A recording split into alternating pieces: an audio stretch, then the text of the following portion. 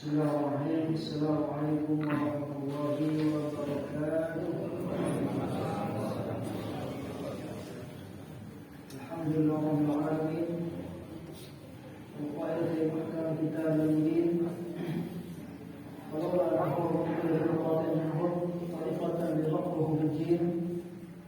Assalamualaikum ala sayyidina Muhammad Rasulullah wa ala alihi yamin. Al-qail man yuridillahu bihi khairan yufaqihuhu fid-din wa ala alihi at-tahirin wa ashabihi alladhina 'amilu 'ala ashri hadha ad-din bil hujjati wal dalil al-mubin. Allahumma shalli ala sayyidina Muhammad wa ala ali Muhammad. Allahumma 'allimna ma yanfa'una wa anfa'na bima 'allamtana wa zidna 'ilman wa 'amalan mutaqabbalan. Amma ba'du. Hadratul karamin, Bapak Ibu dan masyarakat yang Allah Subhanahu wa taala. Alhamdulillah, segala puja dan syukur kepada Allah atas segala nikmat karunia taufik hidayahnya sehingga kita masih tetap berada di Syahrul Syam, Syahrul Mubarak. Mudah-mudahan kita semua senantiasa mendapatkan apa yang Allah janjikan, yaitu itqun minan nar. Kita masih melanjutkan tentang hal-hal yang berkaitan dengan puasa, ulum, fikih, manhaji, para tokoh hukum dan tokoh muslim al-Ikhwan. Ada beberapa syarat yang diwajibkan untuk melaksanakan puasa bulan suci Ramadan. Ramadan itu adalah bulan mulia yang akan Allah berikan kepada orang-orang yang nanti akan Allah berikan kemuliaan tentunya. Bulan suci Ramadan walaupun kutiba alaikumus syiyam atau alal ladzina min qablikum la'allakum tattaqun. Puasa itu sudah diwajibkan atas orang-orang sebelum kita. Itu puasa. Puasa yang maksud adalah meninggalkan makanan minum, atau juga bisa jadi puasa itu atau siam itu tidak berbicara, tidak melakukan hal-hal kemaksiatan. Akan tetapi khusus untuk bulan Syahrul Ramadan ini Allah berikan hanya kepada kita umatnya Nabi Muhammad, yaitu orang-orang Islam. Jadi isyarat wujud Syahrul Ramadan antara al-umur dan tarikh. Hal-hal yang disyaratkan dalam pelaksanaan puasa bulan suci Ramadan itu sebagai berikut. Yang pertama adalah Islam. Kalau kita bukan orang Islam, kita misalkan orang Yahudi, orang Nasrani, itu tidak diwajibkan. Yang hanya diwajibkan adalah kita, karena kita akan diberikan kemuliaan oleh Allah Subhanahu wa taala. Orang-orang Islam itu orang yang diberikan keselamatan dunia dan akhirat. Ya, jangan pernah kita gengsi, jangan kita pernah malu kalau karena kita adalah orang Islam, ya. Justru yang Yusuf Qaradawi pernah mengatakan bahwa kita sebagai orang Islam itu harus bangga dan kita harus tunjukkan dimanapun kita berada, di tempat keramaian, di tempat umum, bahwa kita adalah orang Islam. Sementara orang-orang Yahudi itu bangga dengan mereka punya ciri khas, punya peci yang kecil gitu, kayak kue sehari kalau di atas kepala itu orang Yahudi dikasih jepitan rambut, itu orang Yahudi. Atau dia punya jenggot terus dikepang jenggotnya di sini, itu memberikan wajah dari orang Yahudi. Itu juga kita harus punya ciri khas, ya. Ciri khas kita adalah melaksanakan sholat 5 waktu. Dan kita di dunia ini, ya, azan, terutama di negara-negara yang mayoritas muslim, azan sholat atau azan pengumandang untuk melaksanakan sholat itu kerap kali terdengar di mana-mana. Dan itu hanya dilakukan oleh orang Islam. Dan kita sesibuk apapun, dimanapun kita berada, kalau kita mendengar suara azan atau alarm HP kita mendengar suara azan, maka laksanakan sholat di situ juga. Kita mau sama malu, usah gengsi. Ada seorang supir taksi dari Pakistan, dia supir taksi di Los Angeles di Amerika. Ketika waktu waktu sholat tiba dia sholat di atas mobilnya, dilihatin oleh banyak orang bule. Tidak masalah, harus begitu. Jadi terus bangga dengan Islam kita. Sedangkan mereka aja orang-orang Muslim itu bangga dengan agama mereka. Mereka pakai simbol-simbol agamanya. Yang tadi saya bilang, orang Yahudi dengan pakai kopiah kecilnya itu, dengan jenggotnya dikepang. Orang Nasrani, orang Kristen dia pakai salibnya, kalungnya, mereka bangga. Kita juga harus bangga ya. Karena Islam kita. Karena apa? Kita adalah makhluk Allah atau Muhammad yang akan diberikan kemuliaan. Ya. Kan ada di bulan suci Ramadan, hanya orang-orang Islam yang bisa merasakan nikmatnya bulan suci Ramadan. Jadi, wala yajibu as-shawmu 'ala kafir, dan tidak diwajibkan puasa atas orang-orang kafir. Ya. Mereka yang sudah kafir itu tidak boleh atau tidak wajib berpuasa. Bimana annahu la yusallimu fi dunya bisyar. Artinya orang kafir itu tidak dituntut untuk berpuasa di dunia ini. Dan itu bila dunia bisyar. Dan orang mukhalif Islam, karena puasa itu adalah bagian dari masuknya Islam, gitu ya. Artinya bagian daripada bukan Islam. Adapun mereka yang orang Nasrani, orang Yahudi, ketika mereka melakukan puasa, itu bukan berarti dia orang telah diselamatkan atau telah diberikan kemuliaan. Mungkin dia hanya mengikuti anjuran dokter, seperti dengan sabda Nabi, semua tersehu puasalah maka makan sehat. Biasanya ya anjuran dokter ketika mau operasi gitu kan, itu berapa jam sebelumnya harus tidak boleh makan, ya. Atau ingin menyembuhkan penyakit tertentu, misalkan di dunia kedokteran mengharuskan si pasien untuk berpuasa.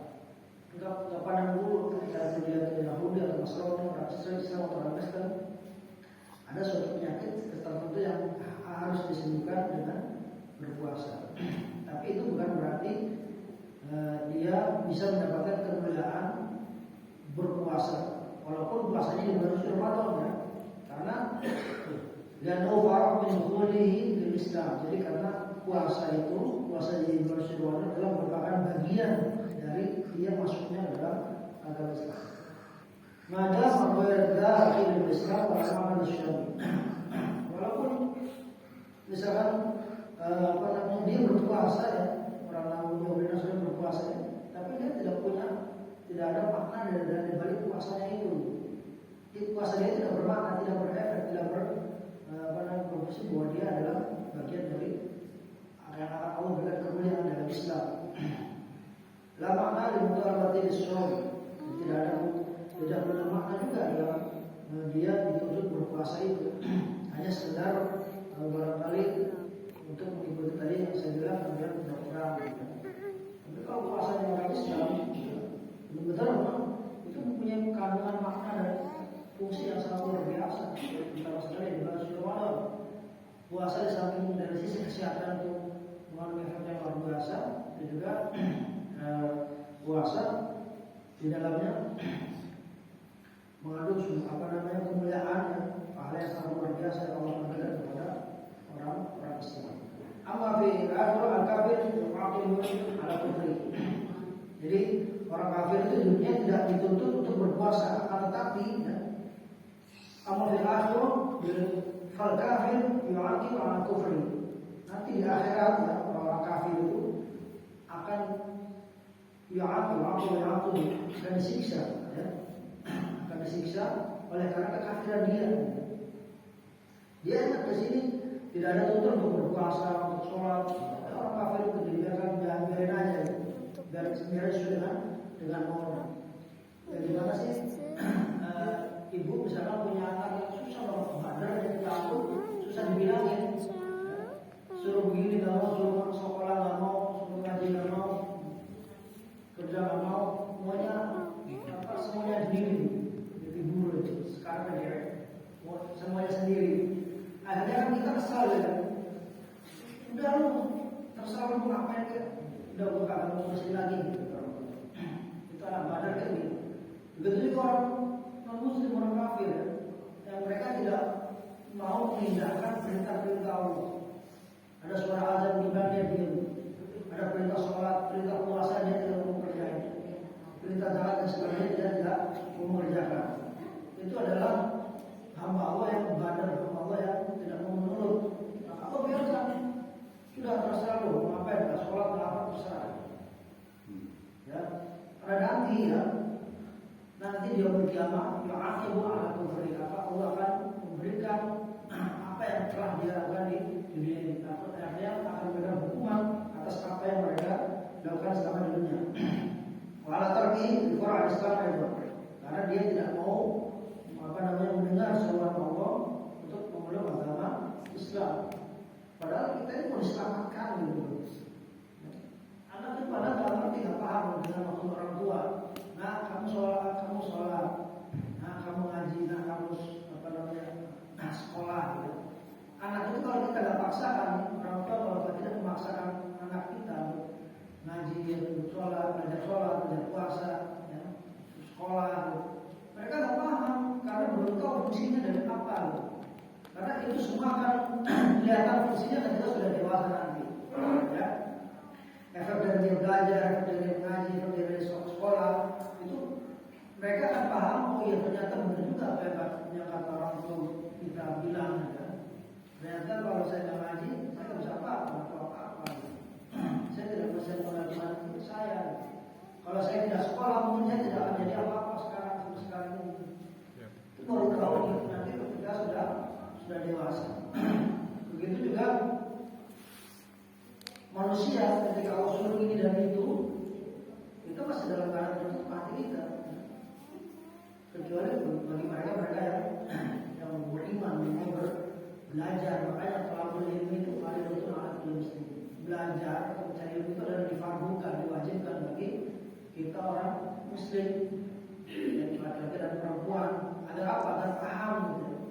Paham apa yang kita lakukan, apa yang kita kerjakan, apa yang Allah wajibkan kepada kita, itu kita paham sehingga tidak ada keterpaksaan di sana ketika kita melaksanakan atau menjalankannya.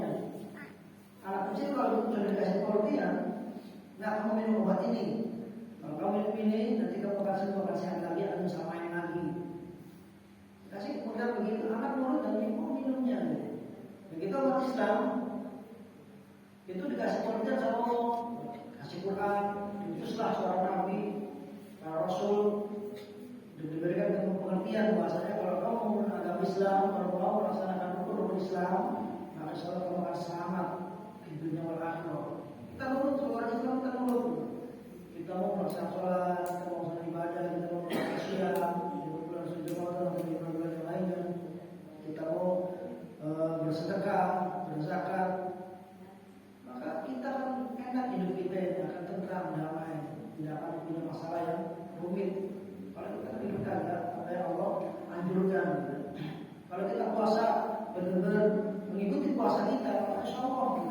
Kalau umat Islam berpuasa sesuai dengan anjuran Allah, sesuai dengan perintah Allah, puasanya benar-benar meninggalkan laparan haus, tapi juga puasa dalam arti yang sesungguhnya. Itu dia takut untuk melakukan hal-hal yang dilarang oleh Allah, takut melakukan kemaksiatan, melakukan kezaliman dan sebagainya. Itu kan puasa seperti itu Pak perawatnya. Dia puasa itu akan memproteksi diri kita dari berbuat jahat. Para pejabat kita kalau mereka pada berpuasa, ya benar. Pak Insya Allah negara ini kan sungguh makmur. Kita ini negara kaya. Cuma yang mengelolanya ini yang kurang baik. Kalau mereka mengelola itu adalah mau melaksanakan puasa dengan baik dan benar, maka insya Allah negara kita ini menjadi negara yang lebih daripada negara-negara Eropa. Kita lihatlah Eropa itu kan hanya kandungan alamnya itu seberapa daripada negara Indonesia, tapi kan bisa memakmurkan penduduknya. Lain dari kita diberikan kekayaan yang sangat luar biasa oleh Allah, tapi yang mengelolanya ini nggak bisa, nggak amanah, nggak amanah. Dan sekali lagi, bagi mereka yang paham dengan perintah Allah, maka mereka tidak akan merasa keberatan dengan kewajiban-kewajiban yang Allah berikan kepada umat ini. Kemudian yang kedua adalah taklif. Wajib bertaklif yakun muslim baru akil. Jadi syarat untuk berpuasa adalah taklif. Yang dimaksud dengan taklif di sini adalah orang muslim yang sudah balik dan berakal. Kalau sudah belum balik itu belum wajib, tapi harus diberikan pengertian atau diajarkan mereka cara berpuasa. Dan berakal, orang yang tidak berakal tidak wajib artinya berpuasa, tidak dikenakan kewajiban berpuasa. Baik, kepada ahad hadain wa uswaini sabab besok takal faham. Jadi apabila dua hal ini yang tidak ada dalam diri kita, maka digugurlah kewajiban kita atas kita untuk berpuasa. Kalau kita belum balik, anak masih berusia di bawah umur, itu belum ada kewajiban berpuasa. Kalau misalkan dia berpuasa, maka insya Allah pahalanya akan diberikan kepada kedua orang. Tapi wajib bagi kita untuk memberikan pengertian pengajaran. Kita didik mereka, kita ajarin mereka untuk cara berpuasa. Dan misalkan yang masih usia TK, dari pagi kita ajak sahur mereka, ya. Kita bangunkan, kita ajak makan malam sahur, gitu. Terus biarkan mereka bermain nahan lapar sampai dengan mungkin jam 10 atau jam berapa gitu. Terus diajarin, kemudian kalau sudah agak gede dikit, kelas 1 SD, kelas 2, diajarin sampai dengan zuhur. Masalah kita ajarin mereka bagaimana merasakan gitu. Mereka harus punya sense, rasa peduli dengan fakir miskin. Ini loh orang miskin di sana itu, kalau dia tidak makan seperti ini rasanya gitu. Kita sih masih bisa makan ya. Kita nahan lapar beberapa jam, nanti kita akan makan lagi. Kalau mereka berhari-hari tidak makan gitu. Akhirnya kan anak ini akan timbul dalam diri dia, akan sayang sama makanan, tidak mau buang-buang makanan, ya kan? Tidak mau mubazir, karena merasakan betapa lapar itu tidak enak. Ketika tidak ada makanan, dia tidak enak. Jadi ketika ada makanan, dia akan sayang dengan makanan itu. Kalau makan akan dihabiskan. Efeknya seperti itu. Ya. Jadi kalau kita punya anak, maka wajib bagi kita untuk mengajari mereka untuk berpuasa. Walaupun mereka belum mendapatkan kewajiban. Dalil daripada takalif ini adalah hadis Nabi dari Ali radhiyallahu anhu, Nabi sallallahu alaihi wasallam. Jadi kewajiban itu tidak dibebankan kepada tiga orang ini. Hanya atas taklif kepada orang yang tidur sampai dia bangun. Gitu. Orang tidur kan tidak punya tanggung jawab kewajiban, yang tidur kan sampai dia bangun. Kalau dia sudah bangun baru dia dapat kena kewajiban. Dia bangun sahur misalkan pas jam 3, habis itu baru dia punya kewajiban untuk berpuasa. Wa'an sobi al-hatta yahtarim. Dan atas anak-anak kecil sampai dia bermimpi, maksudnya bermimpi balik gitu ya. Bermimpi basah. Baru dia mendapatkan punya kewajiban untuk berpuasa. Wa'anil majnun hatta yaqil. Dan orang yang gila sampai dengan dia sadar, dengan berakal, akalnya kembali normal. Baru dia diwajibkan atau punya kewajiban untuk melaksanakan puasa. Jadi tiga orang ini sebelum dia kayak macam orang tidur, sebelum dia bangun dia tidak punya kewajiban apapun, termasuk puasa ataupun sholat juga kan. Orang tidur bisa ngapain? Pada sopi harta yang atas anak kecil sebelum balik sampai dia dengan datang waktu baliknya umurnya sudah cukup, baru dia mendapatkan kewajiban untuk melaksanakan rukun-rukun Islam.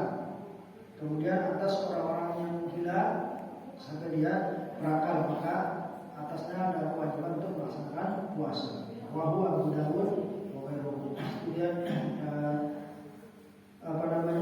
syarat untuk menjalankan ibadah puasa adalah pertama Islam, kemudian at-taklif yaitu balik dan juga berakal. Wallahu a'lam bishawab. Sudah kami sampaikan bermanfaat. Insyaallah kita lakukan sekali wallahu a'lam bishawab. Kita berdoa lagi subhanallah wa bihamdihi. Assalamualaikum warahmatullahi wabarakatuh.